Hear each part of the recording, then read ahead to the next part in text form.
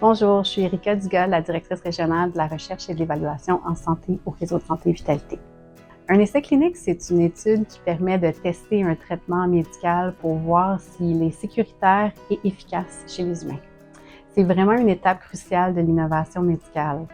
Ça nous apporte des avantages et des impacts importants pour les patients, pour le clinicien, mais aussi pour le réseau. Bonjour, moi c'est Dr Ludivine Chamar-Witkowski, je suis neurologue au réseau de santé Vitalité. Je suis clinicien-chercheur. J'ai beaucoup commencé à travailler dans la sclérose en plaques, surtout en essai clinique, et puis ensuite je me suis intéressée à la maladie d'Alzheimer et aux démences en général. Pour des maladies que je vois parfois tous les jours ou parfois plus rarement et qui n'ont pas de traitement, la recherche clinique me permet de proposer des traitements à des patients qui sans ça n'auraient aucun accès à des traitements de première ligne. Donc c'est vraiment ce qui est le plus important pour moi. Annoncer une maladie grave à un patient et ne rien avoir à lui offrir comme traitement de support, je trouve que c'est le plus terrible pour un médecin. Donc c'est une grande chance que j'ai grâce aux essais cliniques. Ensuite, mes patients sont très reconnaissants, même ceux qui sont sous placebo ou même quand le traitement ne fonctionne pas malheureusement.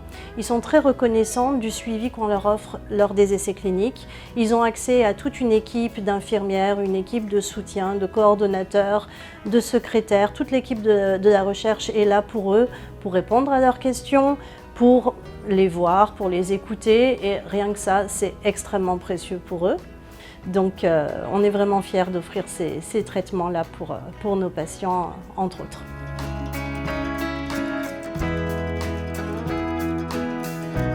Je m'appelle Dr Luc Cormier, je suis cardiologue ici au Centre hospitalier universitaire Dr Georges Dumont depuis 2013. Les essais cliniques, ça nous donne, pour les cliniciens, une porte dans le monde de ce qui s'en vient pour nos patients. On voit ça comme étant, pour nous-mêmes, de l'éducation.